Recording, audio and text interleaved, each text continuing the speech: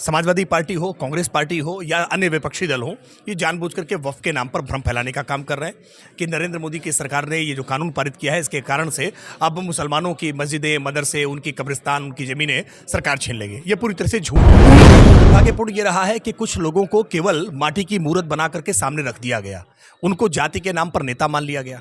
आजम खान को समाजवादी पार्टी ने उत्तर प्रदेश में मुसलमानों का चेहरा बनाया था, लेकिन उसी आजम खान ने सर्वाधिक मुस्लिमों का दोहन, शोषण करने का काम किया है।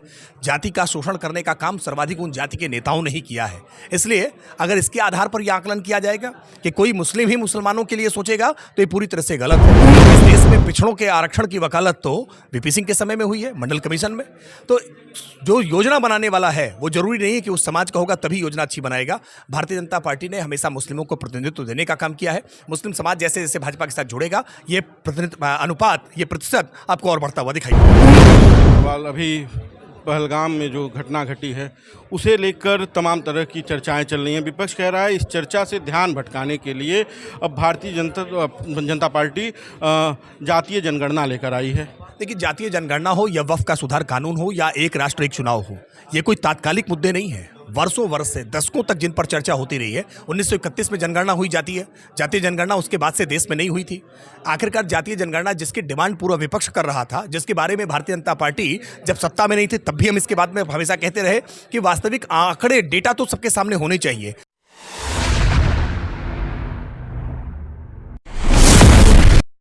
वक्फ बोर्ड सुधार बिल को लेकर जनता में और खासकर अल्पसंख्यकों को संदेश देने के लिए भारतीय जनता पार्टी अभियान चला रही है। और उसी क्रम में गोरखपुर में आज राकेश त्रिपाठी जी भाजपा के प्रदेश प्रवक्ता हैं। सर, किस तरह का कार्यक्रम था?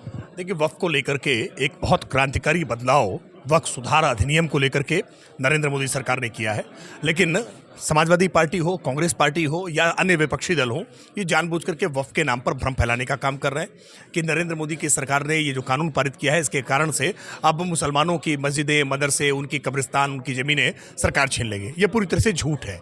इस झूठ का पर्दाफाश करने के लिए और वक्फ के सुधार कानून से कैसे मुसलमानों के जीवन में परिवर्तन आएगा और कैसे अब तक के जो मौजूदा कानून था, उस मौजूदा कानून में क्या विसंगतियाँ थीं, इनमें क्या परिवर्तन हुए हैं, इन बातों के समझ के विस्तार के लिए आज मुस्लिम समाज के जो प्रबुद्ध जन हैं उनके साथ यहाँ संवाद किया गया है।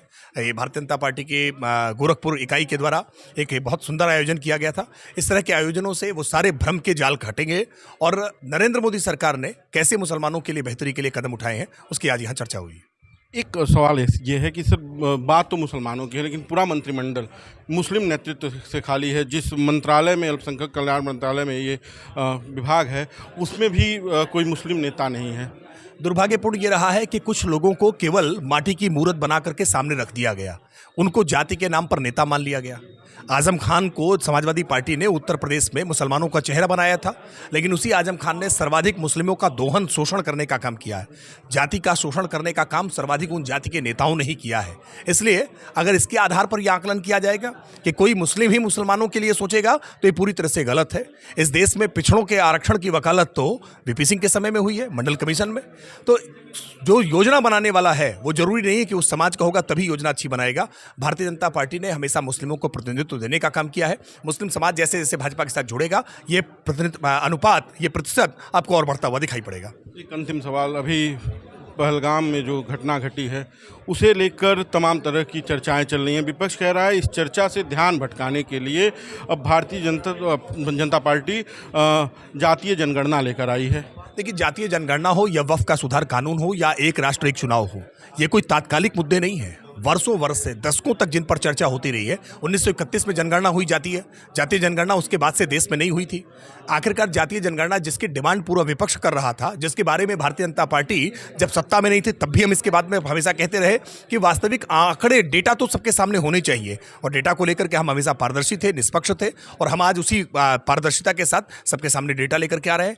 पहलगाम का मसला निश्चित तौर पर हर भारत की आत्मा के साथ जुड़ा हुआ है, हर भारतवासी के मन के साथ जुड़ा हुआ है। ये भारत की आत्मा पर हमला हुआ है। उसका खामियाजा तो निश्चित तौर पर आतंक परस्त लोगों को, पाक के अंदर बैठे हुए उनके आकाओं को निश्चित तौर पर भुगतना पड़ेगा। और उसके लिए किसी को बरगलाने या बहलाने की आवश्यकता नहीं है। वो तो जिनके ऊपर कार्रवाई होनी है, उनका दिल समझ रहा है, उनके दिल किस तरह से कांप रहे हैं, ये उनसे जाकर पूछिए। चलिए, मैं समय देने के लिए धन्यवाद। तो ये थे हमारे साथ राकेश त्रिपाठी जी।